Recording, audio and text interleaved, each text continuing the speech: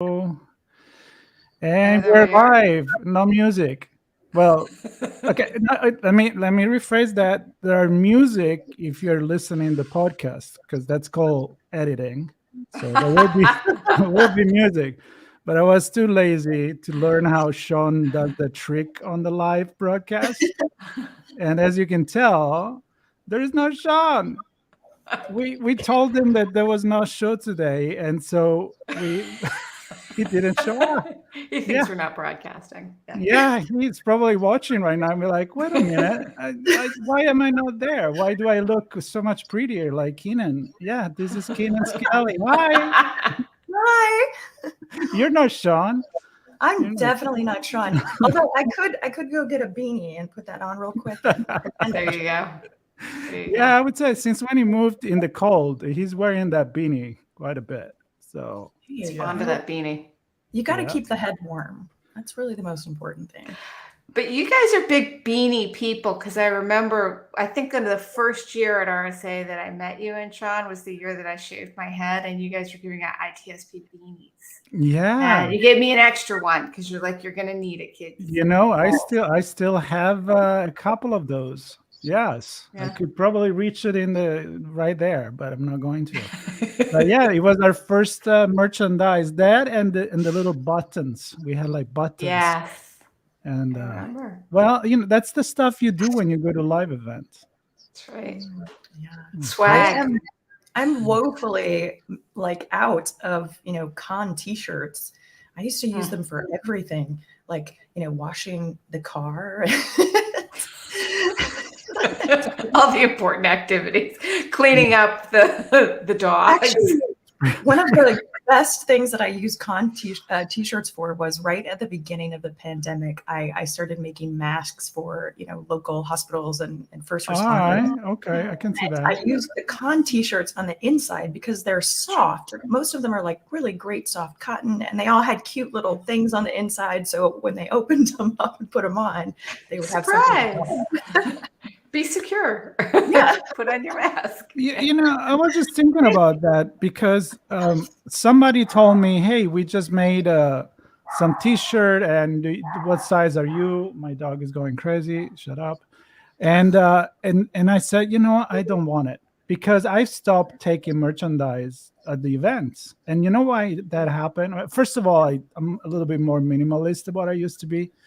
And then one time at RSA, you get the press package and everything. And I'm like, I don't need it. So I'm going to give it to an Right. homeless person. So I was walking on the pier. Sean was with me.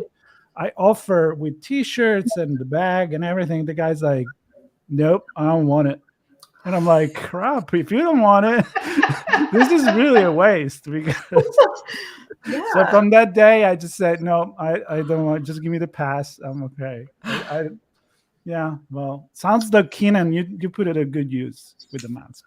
I did for that short period of time, and then I kind of ran out, and we haven't really done conferences since then. So it's Yeah, all good. yeah, I know. How do you feel about merchandise, Diana? Do you go for it or you'd rather not? Yeah, I check it out, but oftentimes if I realize I'm not going to use it, I do say, just save it. And every now I've just left too many hotel rooms where I've have this sort of line of soldiers at the end. And so, like the different gifts that were in the bag, and I line them up and I put a little note and I say, if there's anything here you want, please take it because I did not leave it by accident. I did Yeah.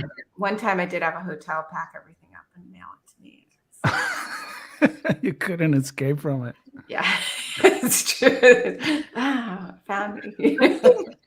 I think this whole conversation is perfectly timed because we're about to start going back to conferences, right? RSA, knock on wood, Yeah. RSA is coming up soon. And if I could just give a message to all the vendors out there, don't go all in on crazy swag. Maybe do a really superior simple t-shirt that people will actually wear and nothing else. Okay, maybe stickers. Don't leave out this, keep the stickers.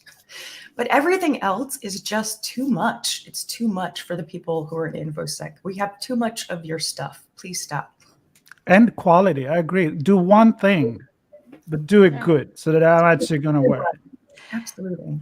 And think about sustainability. I was at a conference, unfortunately, because it was in South America. I can't remember. I think it was Brazil or Uruguay. But uh, the conference tag was actually plantable, so I couldn't bring it back because it had seeds. Oh, wow. So yeah, That's a great idea. I gave it to somebody, but yeah, there was no plastic involved at all. It was just this little cardboard that would decompose in the earth, and there were seeds inside, and it would grow beautiful wildflowers. And Oh, wow. yeah, That's a great idea. Don't they do that with? I remember books. They used to do that, like put seeds in the book paper. So when you're Yep. done reading it, you just go ahead and return it to the it's earth. already recompostable. I Yeah, love it. I love that. It's a good idea for sure. Yeah, maybe we can come up with some good ideas on what would you get? It's like you walk through like a booth and you're like, oh, that is really something I would like. Is it something maybe connected with maybe the environment? Maybe, I don't know, a rechargeable battery with solar. I don't know, dude. I don't want that sandy old concert style T-shirt that I know I'm happy to have it, but I'm never gonna wear it because it's so uncomfortable. And that Yeah, message is for you, Metallica. We need to have like a whole episode or something on that where we can all come together with different ideas from not just us, but from the community. Because I mean, I'm sure we have great ideas, but I think everybody probably does. I think it's a great idea. I saw one post one time about who was it? Oh, I don't remember who was it, but it was Tanya. I think Tanya. She mentioned like, please stop sending me unisex T-shirt because I'm not gonna wear it. I mean, you're gonna send me something that is feminine, which I may say the same thing. Don't give me an extra large because I'm not gonna wear it. Yep. And that's the thing. If T-shirts are going to be your thing, then do T-shirts right and make sure they're accessible to everyone. Make sure that everybody's going to have something that they can, take home and cherish and love it because it's just a wonderful, recyclable, plantable T-shirt, whichever it is. But do that one thing really well and do it for everybody. Credits for donation. Yes. Just give a dollar to, you go around a whole show floor, you can probably make, especially like a big one like RSA, you can make $100 for charity. I think that's a brilliant idea. Look like the T-shirt that I saved the money for, I'm gonna donate it. You decide where it's gonna go. Yeah, that's your gift. Love it. Honestly, as soon as you said RSA, I was thinking, because it's in San Francisco and there are a couple of really powerful social economic issues there, such as homelessness and others. Maybe that's part of it, is donating it back to the city. And instead of littering the city with all of our water bottles with everybody's brand on it, we can do something that helps. Yeah. And what about we don't even do it at all? So we don't even go through the process. Yeah. Well, I mean, so this could be escalated quickly.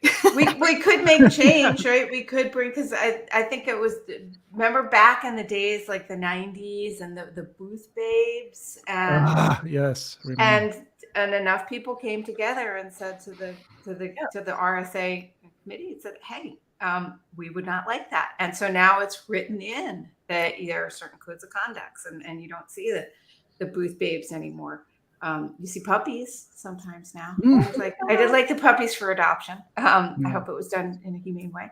But so maybe this is we come together and we say we want to petition the vendors to. But right now I have this vision of being at the bottom of the escalator, at the big escalator. Oh yeah, and all these people that just come in with extra bags because that's why they come in. They want this bag. That is true. There are. So somebody's not going to be happy about it. But here's the thing: is those people? I'm going to go ahead and go on a limb here and say those people are a little bit younger in the space. Maybe this is their first RSA. Maybe they've been to a couple of RSAs, but by the time they get to their fourth and fifth RSA, they're going to be the same. They're going to be like, ugh, I don't want any more water bottles. What am I going to do with them? Because their collection will have grown. that Good much. point. How many lightsaber made of plastic can you have? No, that is I treasured my first RSA bag. It was my gym bag for the whole Yeah. year. And I was so proud of it. I was like, I went to RSA. Absolutely. This is a good constructive conversation. And maybe somebody that is listening in, if you want to bring your position on this, we'll have another open chat with a bunch of us talking about it. But this is not through the TechVine, although it is, it is connected. We talk a lot about the environment all the time, so always happy to do that. But today we got Keenan, and we're making big plans, and that's the other society. For people that already heard of it or they haven't, it's a new thing. We do panels, and we have co-hosts, and we have important conversation. We're going to do Tech for Good with Diana, which we will plan soon. And we just had a planning chat with Keenan about protecting critical infrastructure. Ooh. With, I'm not going to tell you who he's going to be on, but brain explosion. Yeah. You got to If tune you're in. gonna go, you gotta go big, right? Keenan brought it. I was reading and like, okay, wow. It's kind of like the big blockbuster movie. Like, this actor is in here too. Oh my God. It's good. It's good. Good stuff. Good stuff. What else are you up to, Keenan? Oh my gosh, all the things. This year for the National Blast, I have a very big focus for this podcast this year, and it's very much about legislation that needs to come out for breach verification and incident notification. And so, I've been working on a white paper for 5 or 6 months now and bringing other people in from the community, hoping to do something at Hack the Capitol where we can talk this through with legislators and the no kidding people who actually do this job every day. Something that really frustrates me often is, we see technology companies sending their CEOs, the CEO of Microsoft and the CEO of Facebook and others to DC to talk about these kind of issues. And as much as I appreciate that, and those guys are great, but they're not in the weeds every day doing incident reporting. They're not on the SOC floor. They're not, doing the legal side of it. And those are the people that really need to be involved in this conversation. So I'm really hoping that this year is the year of really good legislation for that. And so my show is going to focus a little bit on that. And hopefully some of the events that happen over the next couple of months are really going to be focused on that as well. And of course, the other society piece on critical infrastructure ties into that, as it's very likely that the first legislation that comes out for breach reporting and incident reporting is going to be focused on critical infrastructure. So that's my short list. Pretty cool. I wish I had a cool one like that. Yeah. How about you, Diana? Anything coming up? I do have an announcement to make in a couple of weeks, but not quite yet. Yeah. All right. And until then, you just keep training the dogs with the buttons. With the buttons. Buttons. I gotta say, Bunny yesterday, she apparently had a rough day, and she hit the button, feel, and all done. And I thought, that dog is like, she's over it. She's had the day, and she ran out of fucks. I mean, right. Oh my God! I need to know about this toy. But I'll ask. Keenan. Instagram. Follow What About Bunny and Hunger for Words. It's a speech pathologist Christina Hunger, who realized that alternative communication with dogs you could get because buttons, right? Big buttons, and the button relates to a phoneme that you teach a dog. And we know dogs know phonemes because they sit and stay, and this has now been picked up, and there's this whole movement of people who are teaching their pets. Most of them are dogs. There are some people doing it with their cats, which is incredible. Cats seem to really favor the mad button, unsurprisingly. Of course they do. So yeah, it's incredible. And this What About Bunny? Her mom posts almost every day, and she's really, really just expressive. One point she asked her what she was dreaming about, and Bunny said stranger animal. It's like, wow, this is getting a little ghosty. Yeah. right? I love it. I love it. Paranormal activities. I mean, when you think cats, many associate that with, the souls or the witches or the Oh, the wizards. familiars. Yeah, I mean, there's some cats that just act really weird. For the cats, do they have like different words? Like, can the word be, murder? I want to murder you. You can teach your pets any words that you want. You just because the buttons you record the word that you want them to, and then you model the I see. word Okay. until you feel that. So yeah, so there's one cat that's I think it's a cat it's French, so it's French buttons, and but yeah, it's whatever you want to. But like I modeled some words with my dog, but she's older, so her brain doesn't have the neuroplasticity of like a puppy. So I modeled outside, which she learned, and scratches. So when she wanted love, and That's really cool. I taught her carrots and treats, right, so that I could see that she understood the difference. When she understood what carrot really meant, she never touched that button again. She's not a carrot dog. But yeah, it's some simple things like that. Very cool. That's technology too. I mean, pretty soon they will talk to us. Wasn't that movie? There was a caller app. The Disney movie that they have a caller that translate their barking into voice. Yeah, squirrel. When they said squirrel, exactly. I just thought about Chris Roberts right here. Squirrel. All right. Okay. Good. I see some funny nickname here, and I gotta say, Diana, I was gonna bring something called Fashion Underground. It was one of my news, so I think I know what it is. Fashion Underground. Okay. Well, I'm gonna let you go first because that's probably it. Then I changed my mind. But I think I know what it is. Was it the one from Cornell University? Anthropologists studying something with something that watch and want to go for it? So sure. I honestly, when I read this, because I read it first on a sort of a redistribution site, and I thought that's made up. There's no way there's really an academic paper about this. So I went to the Cornell University site to make sure that they had posted about this. And sure enough, this is research that was done at Cornell University. And instead of using the camera images of people walking around the streets to try and trace who's going where and things for different urban uses and also sometimes trying to find people. What they're doing is they're using those same images and they're creating a map, an underground map of fashion to try and re-understand where the actual neighborhoods are. Because what they're positing is that we are linked together by our fashion. So rather than just, you might say like, oh, Brooklyn, and that's all hipsters, but it could be that there are different parts of Brooklyn. They have different kinds of hipsters. And then they want to bring this to global and sort of start finding out like what part of LA is really connected to Bogota? And is there a part of Seattle that's really Soho?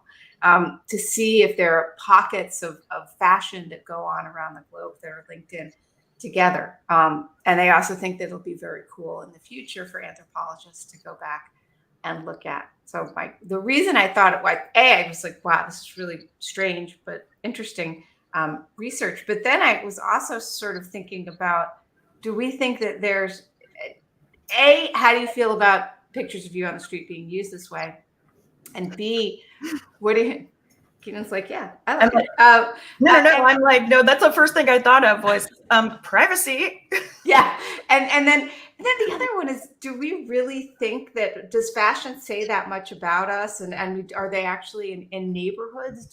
I'm curious to see what comes out of the research because I've noticed fashion in sort of little pockets, like, but not a whole. I mean, I think about the neighborhood I live now, and I dress very differently because I kind of don't spend a lot of money on clothes, and I dress down most of the time.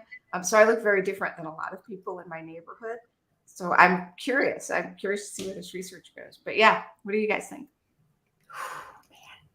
Okay, so I Go with the privacy because that was my first thought. I'm like, maybe it's like Google that they'll blur your face, but do I really know if you're really blurring it? Are you kidding me? They're going to sell that information to that company. What's it called right now? blah blah AI who has committed to having a photograph of every human being on the planet. Is that Clearview? Clearview, yes. Yeah, they're going to sell that data to them. It's so I'm so trepidatious about all of these kind of biometric, technologies and technologies using AI with biometrics and countries that are scanning your phone for all of your photos, because it's going to be used poorly somewhere. It is, like, even though we always try to start everything out with something good or something that's really going to impact socioeconomic norms or really going to change human life for the better, but at the end of the day, there's always some jerk out there that takes it the wrong way and does something with it.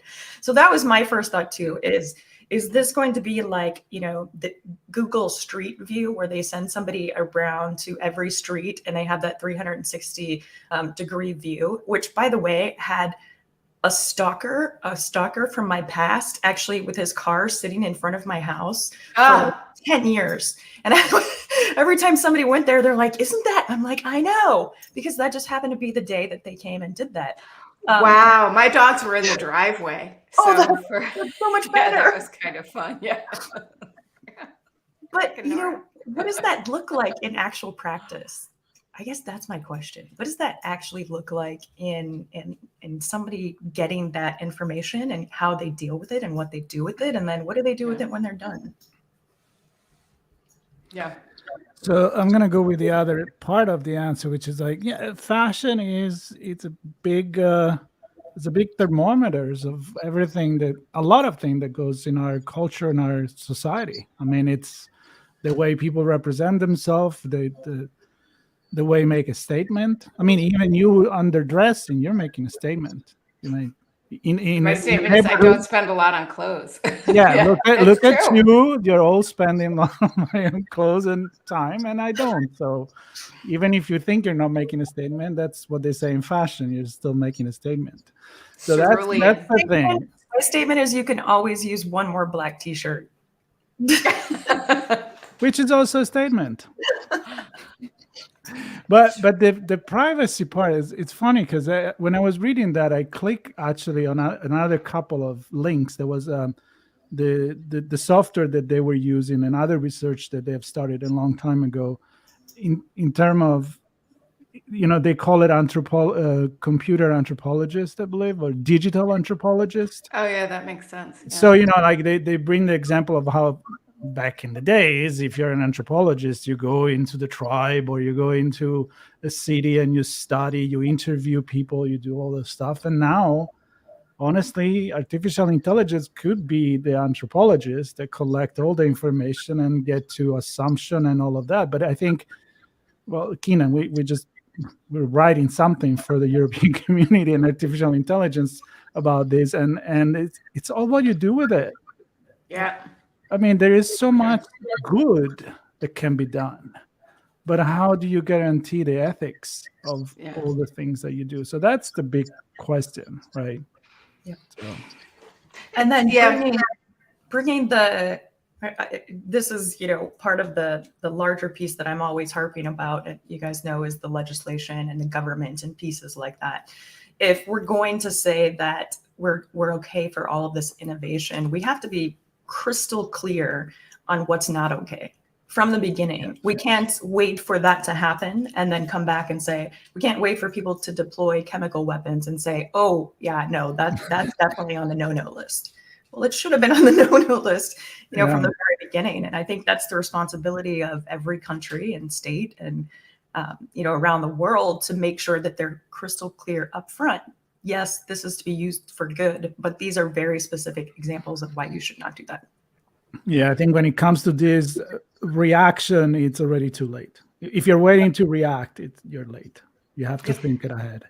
And it's sort of interesting to me, like the sort of the hidden dependencies that we didn't really think about. Like when I first learned years and years ago that they were putting cameras on all the city streets, it was, well, we want to make sure that if somebody attacks somebody else, we've got a record of it. And hey, you're out in public, so what are they really? But now if they're going to be tracking things like well, what kind of watch are you wearing, or what kind of shoes are you wearing? That's information about you that's not just keeping the city safe, but can be interpreted as, do you have money or not have money? Are you at Target or not? It does start to things about us that I don't think we were trying. I suppose you could argue, well, you went out onto the street dressed that way, but I don't think we were thinking about massive aggregation and having it recorded.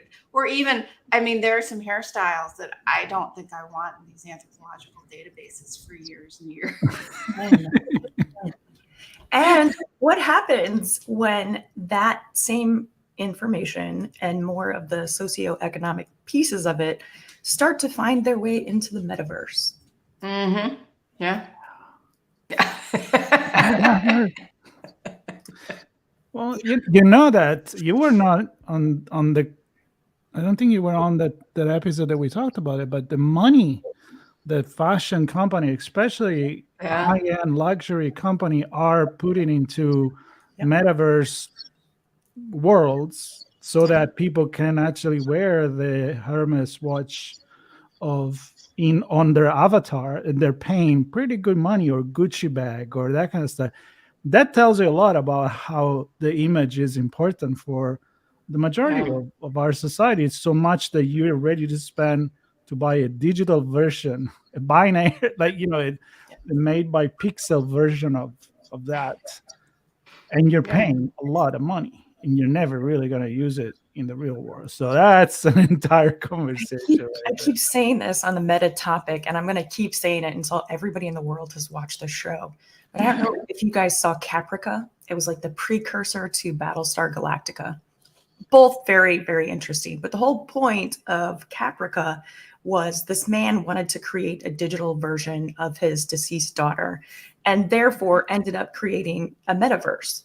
And it talks a lot about all the privacy concerns, about all the personal concerns, way, way ahead of its time, obviously, but it's very, very interesting. And I just want to say that it didn't turn out well. It turned out with Cylons and AI robots that then tried to destroy humanity. I'm just saying, I'm throwing that out there. Food for thought. Yeah. That's all. There is a lot of prediction sci-fi for me. It's all about prediction. The more I read about it, honestly, I'm rereading Julius Verne, 20,000 League Under the Sea, and it's like the Nautilus is all electric. And this is at the end of 1800. I'm like, dude, yeah, steampunk. Yeah, exactly. But yeah, no, it's a lot to think about, and I think there are the thinkers that, even if in a fictional way, there is truth. Look at Asimov, look at all those guys. Like, they predicted the future. So let's pay attention. I guess that's the message. Yes. All right. Well, look, I'm going to keep a schedule. We're at 28 minutes right now. So, Keenan, the ride of your life. The ride of your life. So it's like an 80s movie. Everyone who's known me for like 5 minutes knows that gamification is my thing. Like, I love everything about it. It's so powerful. It's so entertaining. It really can transform so many things. So imagine my surprise when I woke up this morning and learned that my Peloton has an update for a gamified ride. A gamified ride. I got that email too. Oh my gosh. It's called Lane Break. And I was downloading it, but I went ahead and researched, photos and things of that nature. And if you've ever played Guitar Hero, and you have to you've got your phone and you have to hit things at certain times so you can hit the rhythm and you can stay with the rhythm of the song. It's kind of like that. It's like Mario Kart meets Guitar Hero. And I know I'm using all these gaming references. People are going to be like, I've never played either of those. But it's very rhythm based. And part of the concept is to have more engagement, which of course gamification absolutely does. It brings more people in because people like to compete, even if it's against themselves. They like that feeling of achievement, getting further and faster and all of that fun stuff. So what's interesting to me is that in their tests sort of period, and they said that they've been doing this for 2 to 3 years, where they take test groups and they test out different types of gamified rides. Almost all of them, the users ended up spending more time on the bike, ended up spending more time in an individual ride. So maybe not doing a 20-minute ride, but doing a 45-minute ride because they're excited to get to the end of it. So that's my story. And I think from a gamified perspective, when I think about gamification, this is exactly the kind of use that it's great for, is getting people to do healthy things, getting people to do fun things, getting people to do educational things, longer, better, all of the above. What do you think? I think you're right. Like if you think about The Sims, right? Basically what you do in The Sims is you do chores, and you're doing chores for others. You have to clean up, you have to make the bed, you have to, it's chores, but yet people play it and love it because it's gamified. Yep. So I think you're right. No, did you do it? Did you No. tried it this morning, or? I did. No, I'm doing the download. So after Okay. after this, I plan to do my first gamified ride, and I'll tell you all about it. But I'm already sure I'm gonna love it just because I'm a nerd like that. I'm gonna do like a 30-mile ride just because I want to see all the things. And apparently they have, it's not just the rhythm-based things, but they have different sides of the track that you can move to for difficulty and, things of that nature, and other things you can collect to get points. So like I said, really kind of Mario Kart meets Guitar Hero. Yeah, and I was reading you do that by using the resistance. Yes. So I want to try that too. But it's really funny you said that, because since the pandemic, I said I'm done with gyms and all of that. So the first step was we got a Peloton. That was a while back. And then the next one, I was looking into a rowing machine, because Peloton is cool, you're biking and everything, but you're just doing pretty much your legs, you don't do your shoulder. And rowing is apparently the second best exercise you can do after, and Diana, we talked about that last time, country skiing. That makes sense though. Yeah, because you use every possible muscle. And anyway, so the point is that there was few different alternatives, the one with the water, the one that is with the magnet, but there is the company that is all gamification, like what you just said. So when you're rowing, it's not the instructor that tells you what to do or the other people. It's really, all right, we're going for the 3 kilometers, the 3 miles.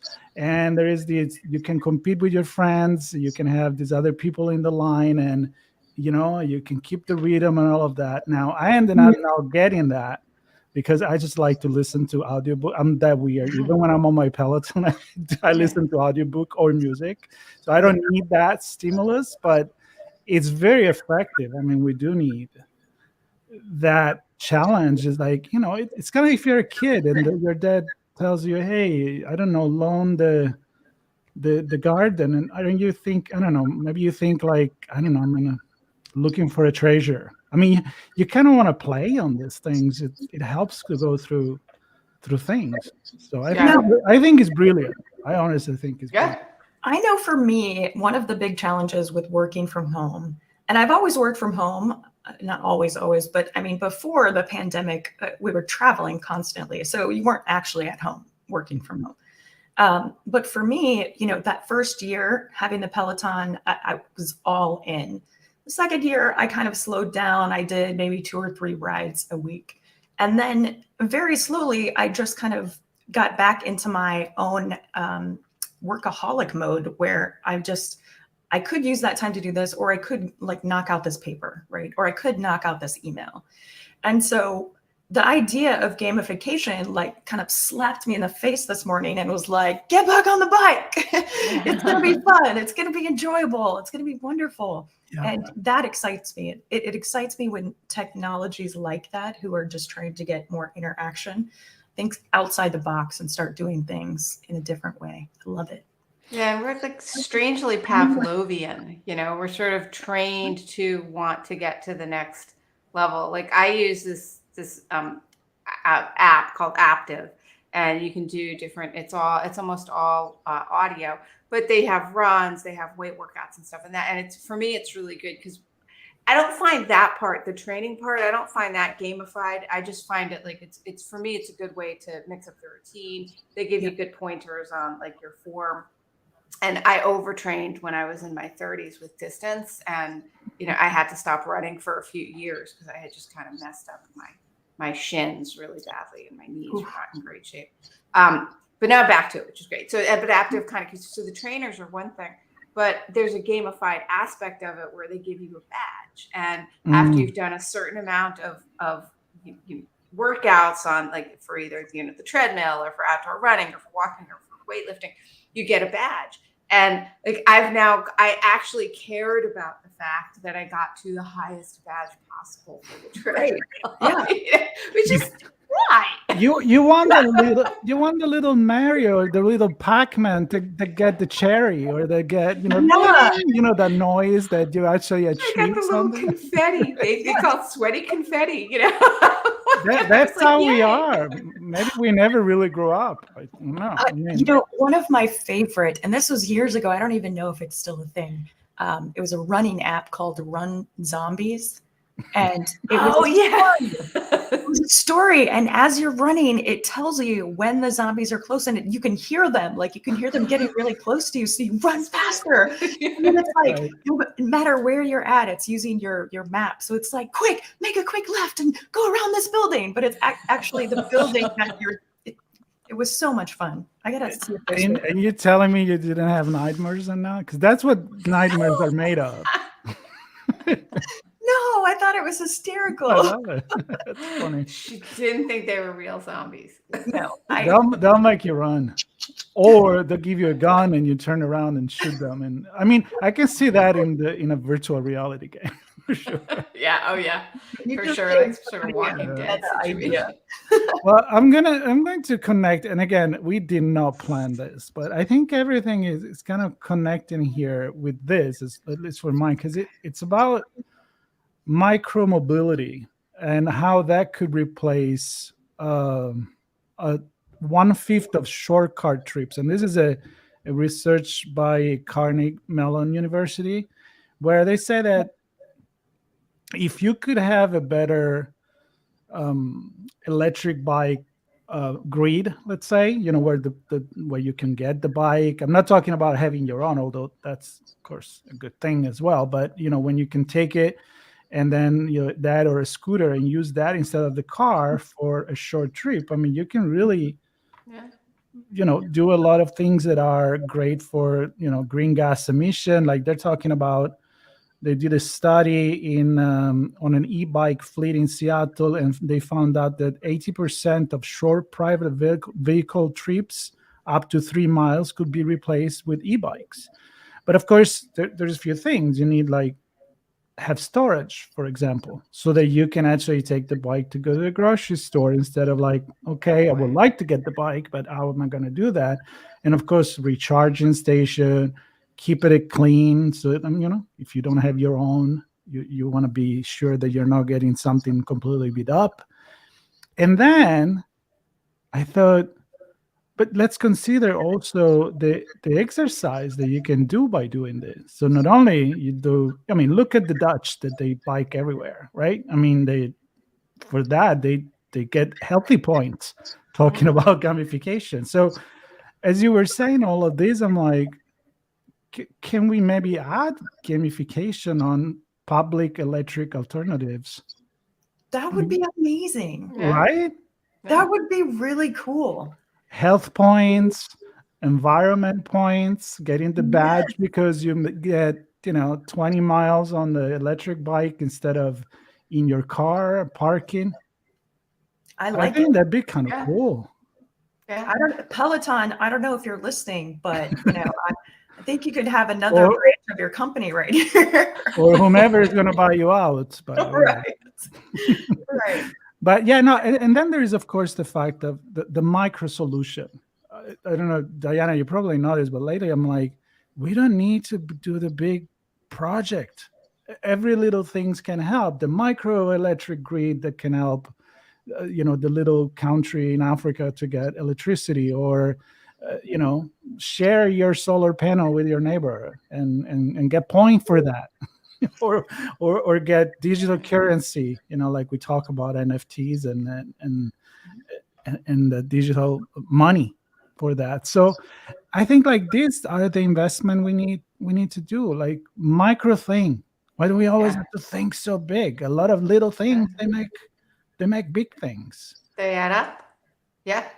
Yeah. And No, that's go sorry, ahead. Kenan. You go. And that's what we've been saying about the climate change and the climate issue for 30 years, almost 40 years now, is if every single person does something, the impact is massive, right? So I think when you talk about the technologies that are coming out now, whether it's for the grid or whether it's for this bike or any of those things, if every single person does just something, it doesn't have to be the same thing, the impact is going to be massive. And that's what's important. Yeah. Yeah. But I'm curious one thing, and then Diana, you go. But what are the legislator not helping with this? Because for them, it's always about the big thing, the big contract, the big dam for the electricity, the big atomic power plant. Well, And yeah, I mean, a big part of that is lobbyists and the lobbying effort. And, I just had an episode talking about this in terms of even privacy and privacy legislation. But when we talk about technology, when we talk about, climate change, things of that nature, you're going to see 80% of big oil hanging out on Capitol Hill trying to make sure that those things don't happen because it's a big business, right? And that's true everywhere. We really have to get to the point where there are enough options, there are enough electric vehicles, there are enough resources out there to outweigh the need for anything else, so that a legislator can look at these people that are saying, well, no, we can't live without this and we can't live without that. And these are all the jobs that will be lost and. Okay, but now here's a realistic answer that replaces all of those jobs instantaneously, that actually reduces, emissions, that actually does this and does this and does this. Right now, and I'm a huge climate change, believer and advocate of we have to do something. But I think legislators are always thinking, and rightfully so, thinking about their constituency. So if you're a legislator from, South Texas or Houston, your constituency all works at an oil factory, right? Mm-hmm. They all work at refineries. So how do you make that choice between my constituents are really not going to be happy about this, and yes, I want this to happen, I want change. How do I do that? Well, the answer is we have to continue to innovate and make new options that really start to outweigh the older options. And I think that's where we're kind of short right now. We have some great opportunities and great options, but if you can't convince your constituency that it's the best thing for them and their paychecks at the end of the week and making sure they can pay their bills, then we're going to have a hard time. Yeah, how do we convince them? Because as you were speaking, I was realizing that there's something that we often see in business that I'm realizing there's a social element too, which is if you've ever heard the phrase, we can't do that because we're going to cannibalize our existing market. Yes. Yep.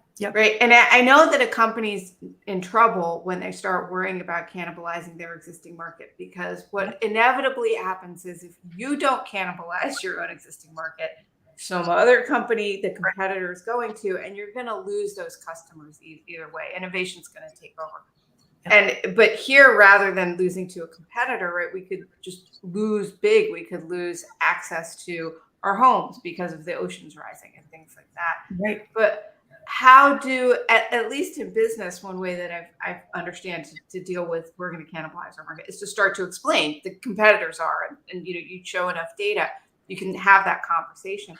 How do we do this socially? How do we do that from the legislative perspective?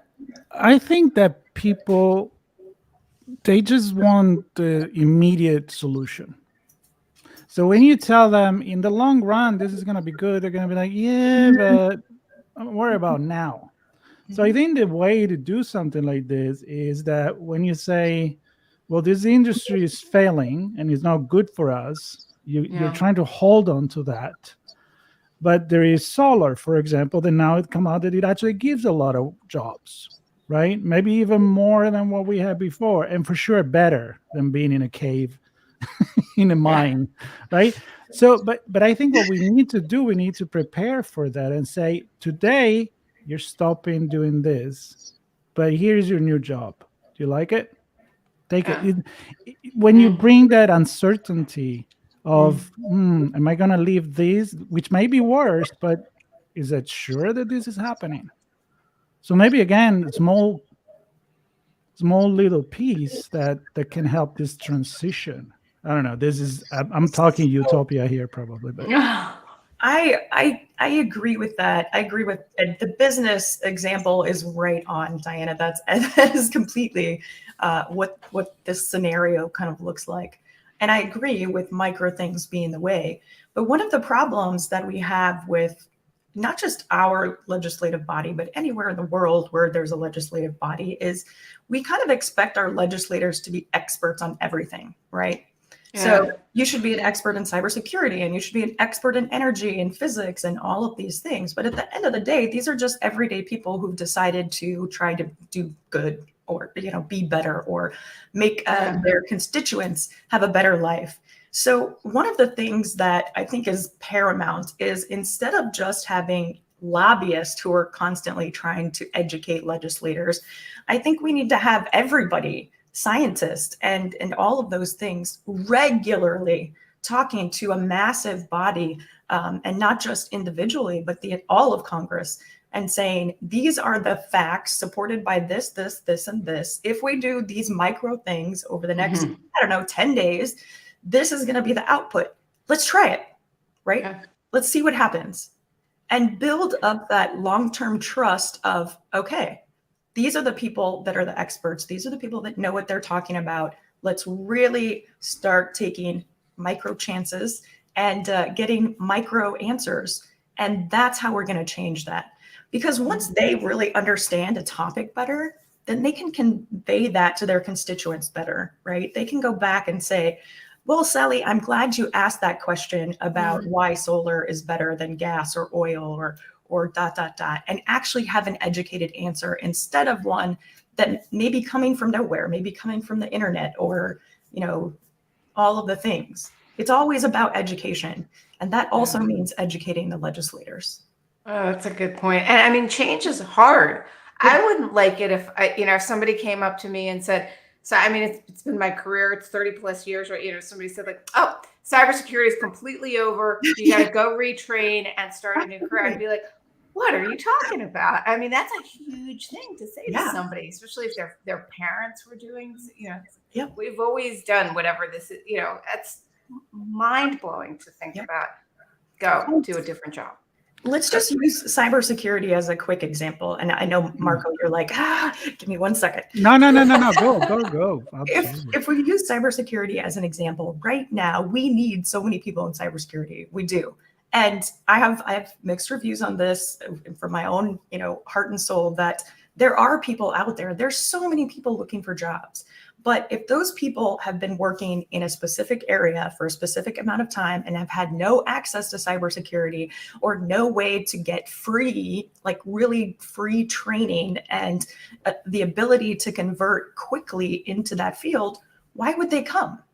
Right? It's just like you said, my family's been doing this business. I've been doing this business for 20 years. I've been doing that business for 20 years. How do you say to them, well, your business is now relevant, but you can learn this. Here's some random course you can go through. What? No, that's like a long-term process of change and culture and society. And of course we're not making it. Of course we're not doing it right. Yeah. But that's exactly the point. That's micro. micro and prepare for the transition. So either have the job to be already there. Of course, you can't turn yourself from being an expert in something to an expert in something else. But in that transition moment period, you do educate and you retrain. I mean, look, I don't know about you, but I know about you for sure. But I don't know about everybody. But we're all training. I mean, we're not going to come on this show, for example, which is more my job, without knowing what the hell am I going to talk about. Although sometimes it's fun, but I'm still like trying to do my job in doing this. I mean, I need to have some basic understanding. So we're constantly learning something. We just don't sit on. I mean, you don't sit on, yeah, I know how to use Windows 3.1. I know computers. You know what I mean? It's like you keep going. But you can't expect people to be expert again. What you said, Keenan, about politician is also about, the old jokes that I want to is entry position with 10 years of experience. Right. Well, screw that. Yeah. That's not going to happen.